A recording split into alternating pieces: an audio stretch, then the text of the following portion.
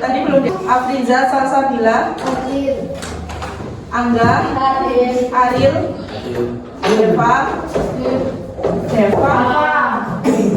Dinara, Ben full. Lah kemarin kemana semua kok banyak yang kosong?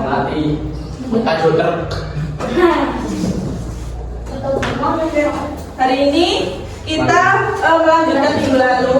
Kita hari ini melanjutkan belajar masih ke tentang literasi digital, tapi sekarang kan kredibilitas informasi digital. Coba sekarang.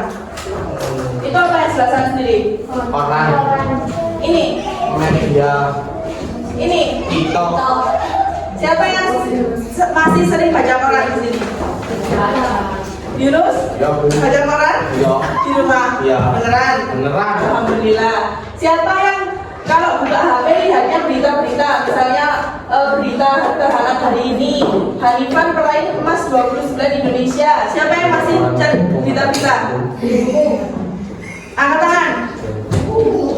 Saya. Masih ada lah 2 orang, masih mending. Kalau ini? Semua.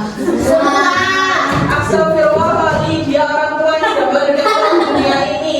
Ini adalah berita tentang perseteruan antara Nikita Mirzani dengan Loli. Siapa yang nggak tahu perseteruan Nikita Mirzani sama Loli di sini? Oke, ya nggak tahu mungkin cowok-cowok ya. Tapi semua ya pasti tahu siapa itu Loli, ya kan? Siapa itu Fadel, pasti tahu kan? Nah, jadi antara koran sama media digital masih lebih banyak media digital. Koran sudah jarang banget. Tapi di antara mereka semua, TikTok yang paling sering. Kira-kira kenapa? Karena mudah dipahami. Udah dipahami, karena kalau TikTok itu langsung rangkuman ya. Kalau ini kan paragraf harus baca. Literasinya masih kurang. Jadi kalian lebih suka mendengarkan. Jadi kalau TikTok apalagi ada animasi-animasinya, ada sound-soundnya seperti itu. Nah, tapi mana yang lebih terpercaya dari ketiga ini? Orang. Koran itu yang paling pertama, karena koran itu biasanya kan harus melalui editor, penerbit, harus diterbitkan oleh koran yang sudah kredibel. Kalau media ini masih mungkin untuk semua orang menulis kan, apalagi ini semua orang bisa bikin, bahkan ada SD kelas 5 SD bisa bikin TikTok ya kan? Jadi dari antara semua ini mana yang kredibilitasnya paling tinggi? Orang. Tapi mana yang paling sering dibaca? Apa dia? TikTok. Berbandingkan Hari. Jadi yang sekarang kita perlu pelajari adalah ini, mengetahui kredibilitas sumber informasi digital. Coba nih, dampak hilirisasi nikel terhadap penguatan cadangan devisa Indonesia. Pilkada 27 November, libur atau tidak? Mana yang lebih menarik? Pilkada. Karena apa? Ada ininya. Libur atau tidak? Jadi kalian ini kepo. Kamu misalnya ada 2 ini ya. Kalian pasti buka yang ini. Kenapa? Karena kalian ingin memastikan nanti aku libur nggak ya, ya kan? Tapi kalau dibandingkan yang ini,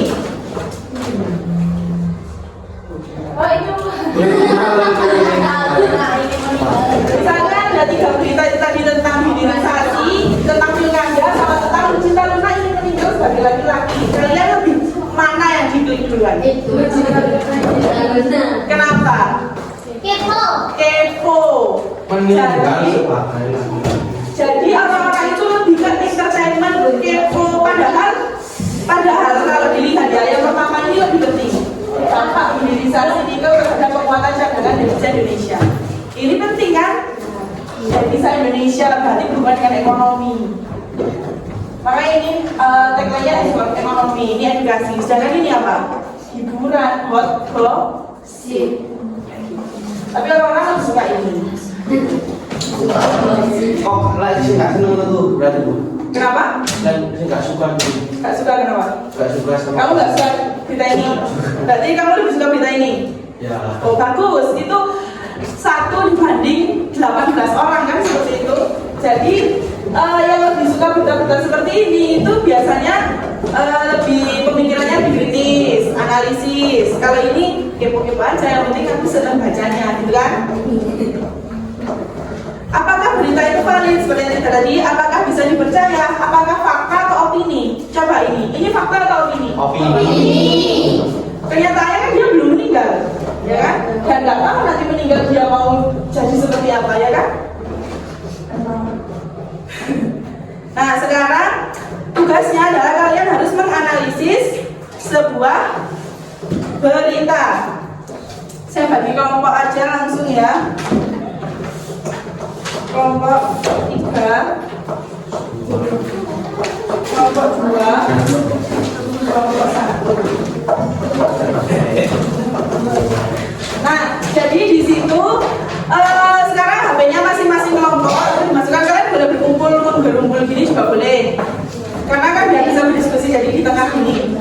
Jadi HP itu hanya diperbolehkan dua, yang satu untuk mencari sumber beritanya, baca beritanya, yang satu untuk mencari berita-berita yang lain. Misalnya tentang penulisnya, buka Instagram kayak gitu.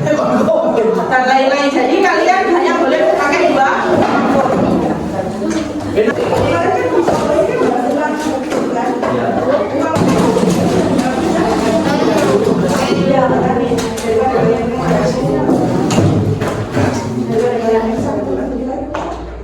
Nanti tinggal presentasi.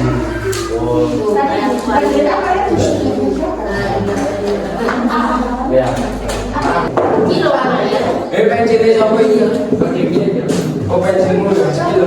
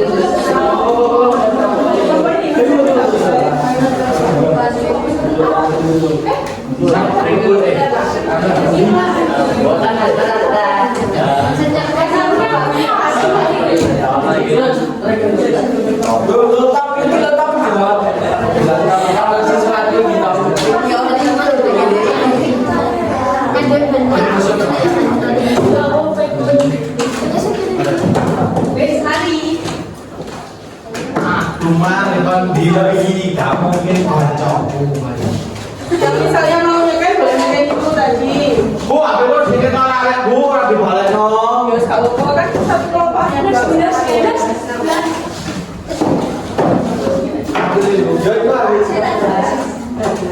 Saya tak apa itu di sini sumpah.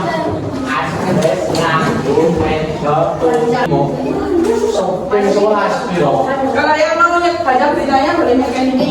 Banyak.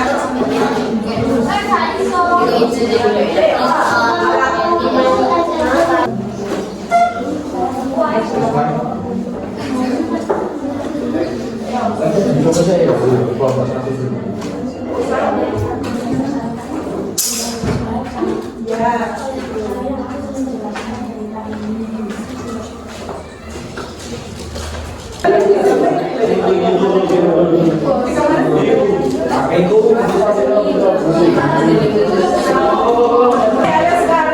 dipresentasikan. Sudah selesai kan? Sekarang dipresentasikan salah satu saja berita yang sudah kalian analisis.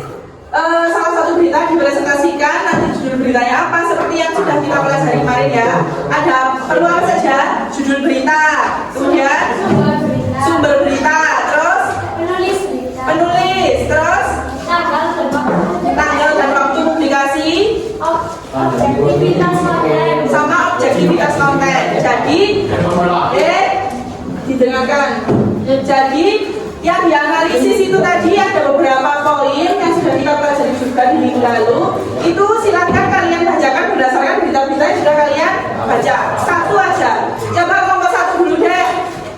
Ayo maju. Presentasi dulu. Untuk teman-teman yang lain silakan didengarkan kelompok satu presentasi.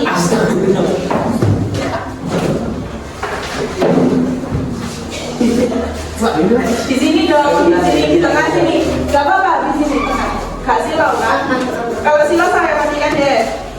Waduh, sumpah, sumpah. Saya balikan deh. Ayo, Dewa, agak sini, agak sini. Assalamualaikum warahmatullahi wabarakatuh. Waalaikumsalam warahmatullahi wabarakatuh.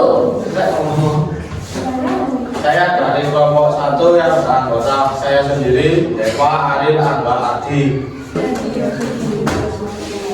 Tanpa mengeluarkan keringat, ini aplikasi penghasilan uang dan Ceritanya kan itu. itu Didengarkan. uang cairkan 750 ke dompet.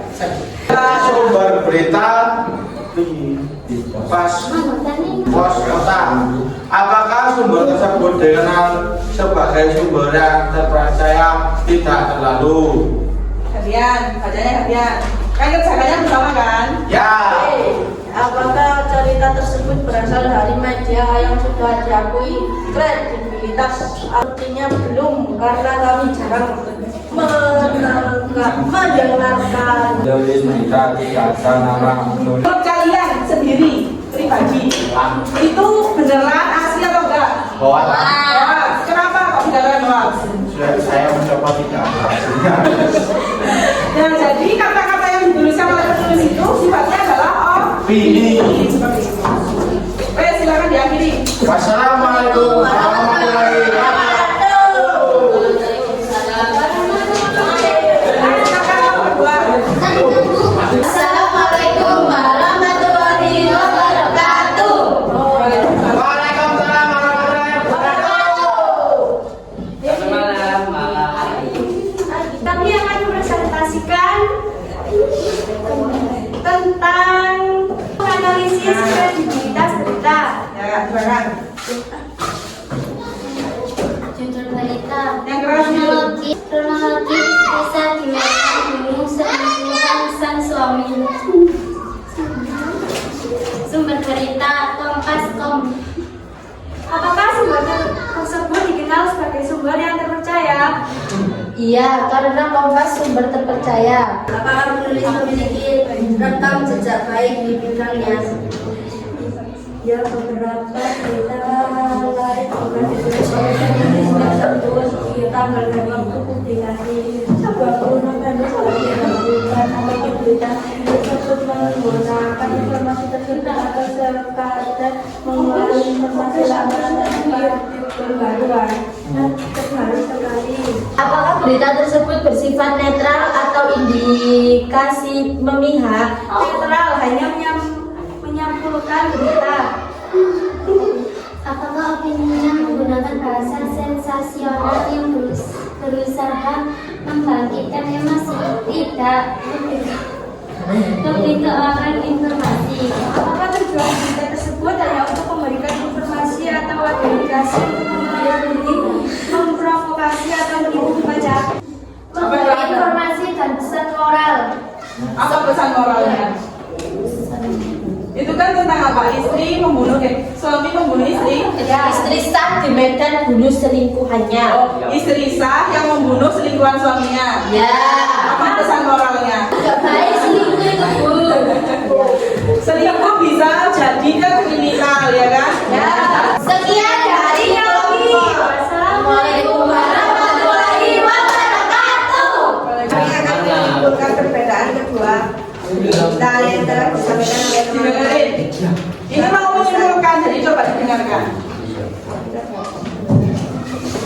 Yang pertama, kredibilitasnya kurang karena tidak jelas dan cenderung mengirim opini untuk download aplikasi. Harus dibaca lagi agar tidak tertipu. Berita yang mana yang tadi yang kurang? Yang pertama apa kedua? Yang pertama, Oke. Yang kedua, kredibilitasnya baik karena menyampaikan informasi penting dan memberi pesan moral. Oke. Jadi menurut kelompok 3 yang pertama tadi itu kredibilitasnya kurang. Kalau yang kedua itu kredibilitasnya lumayan baik karena yang disampaikan adalah fakta. Apakah kalian setuju? Setuju. Apakah ada tambahan dari kelompok 3 untuk kredibilitas sumber ini? Saran kelompok kami, jika hendak mencari berita harus benar-benar dipertimbangkan kredibilitasnya. Jadi jika Anda mencari berita harus diperhatikan kredibilitasnya.